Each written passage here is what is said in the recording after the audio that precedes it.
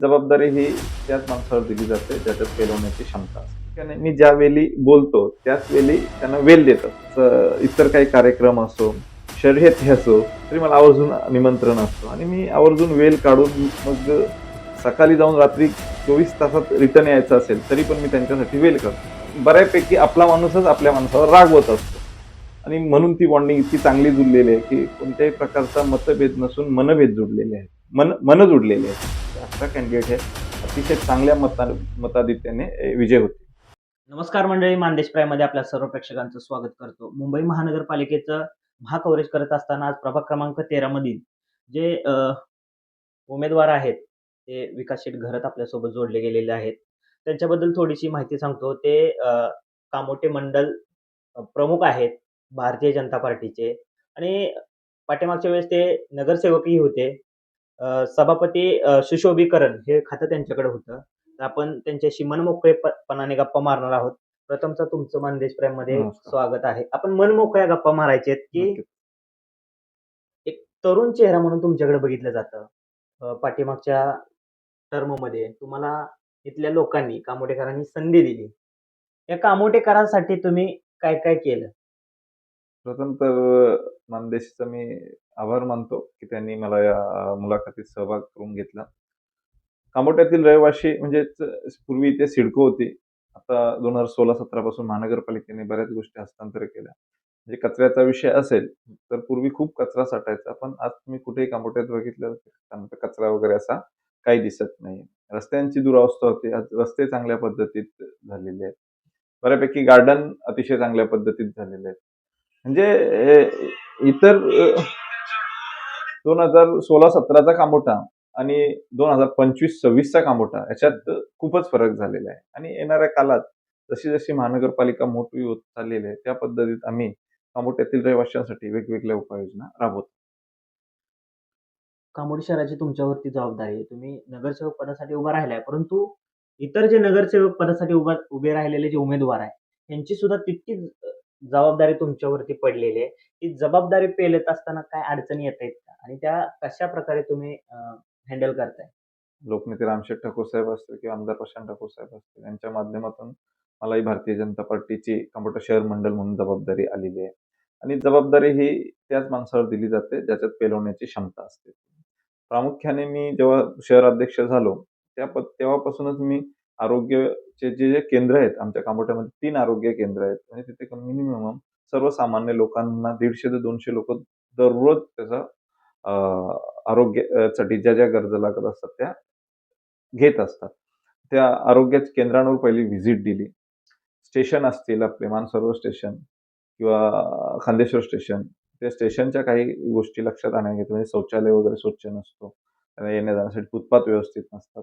म्हणजे एक भारतीय जनता पार्टी सबका साथ, सबका विकास और सबका विश्वास या ब्रीदवाक्यावर चालत असतो आणि भारतीय जनता पार्टीमध्ये काम करत असताना एक संघटनात्मक काम कसं केलं पाहिजे, याला न्याय देण्याचं काम मी कामोठ्यातील रहिवाशांना करत असतो आणि संघटनात्मक काम करत असताना आज तुम्ही बघितलं असेल, की बूथ स्तरावर काम होत असतो आणि सक्षम कार्यकर्ता कसा बनेल हा भारतीय जनता पार्टी हे प्रामुख्याने लक्ष देत असतो. त्याच्यामुळे मी काम करत असताना संघटनेतली सर्व बूथ अध्यक्ष असतील, बिल्डिंग प्रमुख असतील, सेक्टर प्रमुख असतील किंवा वॉरियर्स असतील की लोकप्रतिनिधी असतील, यांना समवेत घेऊन आज आम्ही कामोठा काम करत असतो. मगाशी मी एक ग्राउंड रिपोर्ट केला. त्या ग्राउंड रिपोर्टमध्ये विकास घरत यांचं नाव प्रामुख्याने अग्रेसर होतं, की यंग जनरेशन पासून ते ज्येष्ठांपर्यंत विकास घरत यांचं नाव समोर येत होतं. काय नक्की या यंग आणि ज्येष्ठांसाठी तुम्ही असं केलं, की लोकं तुमचं नाव घेतायत?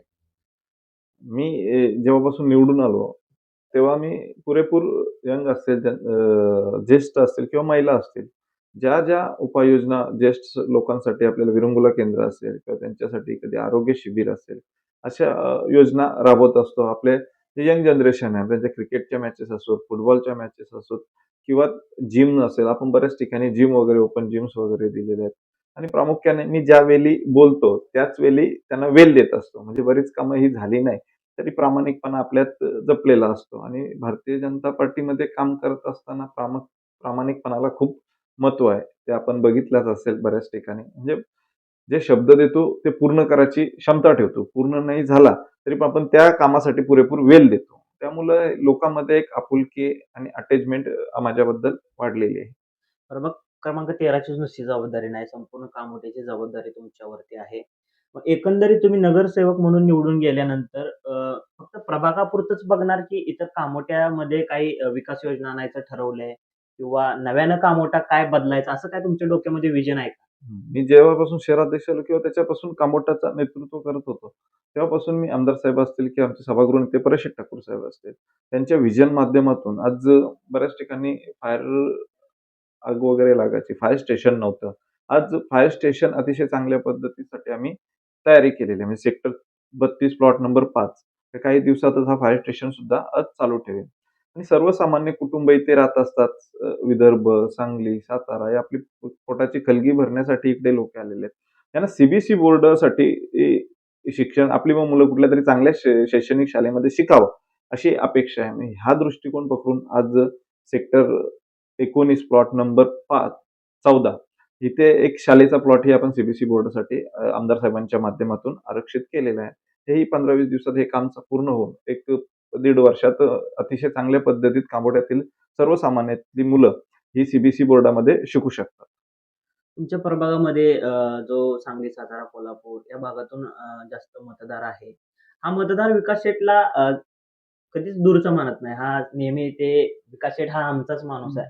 असं या घाटाच्या वरच्या लोकांवर काय इतकं म्हणजे तुमच्यावरती आज काय प्रेम आहे? कौटुंबिक संबंध जुळलेले आहेत. म्हणजे मी जसं बोललो, की मी भारतीय जनता पार्टीचा लोकप्रतिनिधी म्हणून मला जेव्हा जबाबदारी दिली, तेव्हापासून लोकप्रतिनिधी म्हणून त्यांच्याकडे जायचोच. तर कौटुंबिक संबंध म्हणजे आज तुमच्याकडे तिकडे सातारा, सांगली लग्न असो, कोणाचं इतर काही कार्यक्रम असो, शर्यती असो, तरी मला आवर्जून निमंत्रण असतं आणि मी आवर्जून वेळ काढून मग सकाळी जाऊन रात्री 24 तासात रिटर्न यायचं असेल, तरी पण मी त्यांच्यासाठी वेळ काढतो आणि एक आपल्या कौटुंबिक कोणाची माती देणं असो, काय असो, असं आपलं एक प्रामुख्याने बॉन्डिंग जुळलेली आहे म्हणजे मनाबरोबर बॉन्डिंग जुळलेली आहे. म्हणजे आज त्यांच्यातलाच एक कोणतरी लोकप्रतिनिधी आहे आपला, नव्हे तर आपल्या घरातलाच एक भाऊ, एक आपल्या घरातलाच कोणतरी मोठा व्यक्ती किंवा आपल्या घरातलाच कोणतरी छोटा व्यक्ती हा लोकप्रतिनिधी आहे. या दृष्टिकोनानुसार ते माझ्यावर प्रेम करत असतात आणि त्याच्यामुळे ती अटॅचमेंट इतकी वाढलेली आहे, की आता बऱ्याच वेळा कुठे गेलो नाही लग्न कार्याला, तर मग ते फोन हे ते रागवतात. म्हणजे कारण बऱ्यापैकी आपला माणूसच आपल्या माणसावर रागवत असतो. आणि म्हणून ती बॉन्डिंग इतकी चांगली जुळलेली आहे, की कोणत्याही प्रकारचा मतभेद नसून मनभेद जुळलेले आहेत. मन जुळलेली आहेत असं. अ, आता भारतीय जनता पार्टी ताकदीने ही निवडणूक लढते. विजयाचा मार्ग तुमच्यासाठी मोकळा आहे का? अ, भारतीय जनता पार्टी ज्या ताकदीने लढत आहेत, आज पूर्ण पनवेल महानगरपालिका 78 सीट आहेत. त्याच्यातली मिनिमम 6 सीट तर बिनविरोध झालेले आहेत आणि येणाऱ्या काळात भारतीय जनता पार्टी ही पूर्ण बहुमताने आणि ताकदीने येणार आहे. जेव्हा फक्त महायुतीच्या माध्यमातून आज कांबोड्यात 11 सीट आहेत. 11च्या 11 कॅन्डिडेट आहेत. अतिशय बहुसंख्य मताने विजय होणार आहेत. कारण येणाऱ्या काळात कांबोट्यासाठी जे केलेलं आहे, आमदार साहेब असतील, लोकनेते रामशेठ ठाकूर साहेब असतील, हे प्रामुख्याने सांगावं असं वाटतं. म्हणजे राजकीय दृष्टिकोनाच्या पलीकडची विचारधारा ही ठाकूर फॅमिलीच्या.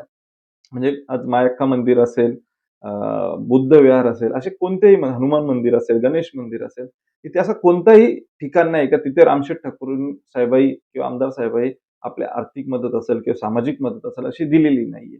म्हणजे या मुलं कांबोट्यात असेल किंवा इतक्या पनवेल परिसरामध्ये असेल, त्यांची ओळख ही वेगळ्या पद्धतीत जुडलेली आहे आणि त्याचा फायदा, त्याचा बेनिफिट नक्कीच आमच्यासारख्या कार्यकर्त्यांना होत असतो. त्यामुळे ही निवडणूक अशी चुरशीची किंवा एकतर हे होईल असं काही नाही. 11च्या 11 कॅन्डिडेट हे अतिशय चांगल्या मताधिक्याने विजय होतील.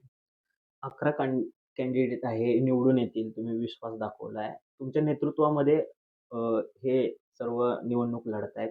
निवडून आल्यानंतर विकास घरत यांना भविष्यामध्ये मोठी संधी मिळणार का? संधीपेक्षा मी खूप आपल्या कामाला महत्त्व देतो.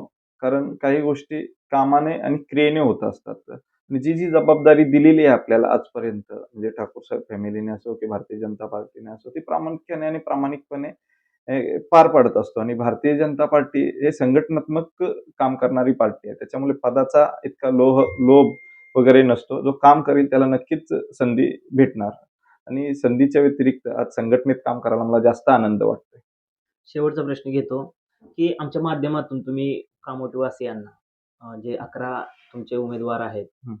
मंडळाला काय सल्ला द्याल? तुमच्या प्रभागातील मतदारांना तुम्ही काय आवाहन कराल? भारतीय जनता पार्टी ही विकासाच्या मुद्द्यावर निवडणुका लढत असते. निवडणुका आल्या म्हणून काम करत नसते. तर वर्षाच्या 365 दिवस ही आपली भारतीय जनता पार्टी काम करत असते आणि विकासाच्या मुद्द्यावरच आम्ही आमचा मत मागणार आहोत आणि येणारे जे प्रश्न आहेत ते भारतीय जनता पार्टी आणि आमदार प्रशांत ठाकूर साहेब यांच्या माध्यमातून खांबोट्यातले पूर्णपणे सोडवून टाकू आणि सर्व मतदार बंधू भगिनींना विनंती असणार, भारतीय जनता पार्टीचा कमल ही निशाणी बघून सर्व मतदारांना भरपूर मतांनी विजय करा. धन्यवाद. तर मंडळी हे होते प्रभाग क्रमांक 13 चे उमेदवार आणि कामोठे मंडळाचे पदाधिकारी विकास शेठ घरत. मंडळी त्यांनी सांगितलं की मला पदापेक्षा माझं काम महत्वाचं वाटतं. माझं काम हे ग्राउंड लेवलला उतरून काम करणारा मी कार्यकर्ता आहे. भविष्यात मला संधी मिळेल ना मिळेल यापेक्षा मी तळागाळातील सामान्य कार्यकर्ता आहे, हे महत्वाचं आहे. तर मंडळी मुलाखत कशी वाटली कमेंटमध्ये नक्की कळवा. तोपर्यंत पाहत राहा मानदेश प्राईम. आवाज माणदेशाचा, माणदेशातील प्रत्येकाचा. माणदेश प्राईम सबस्क्राईब करा आणि अपडेट रहा. नवीन व्हिडिओच्या नोटिफिकेशनसाठी बेल आयकॉनचं बटन दाबा. धन्यवाद.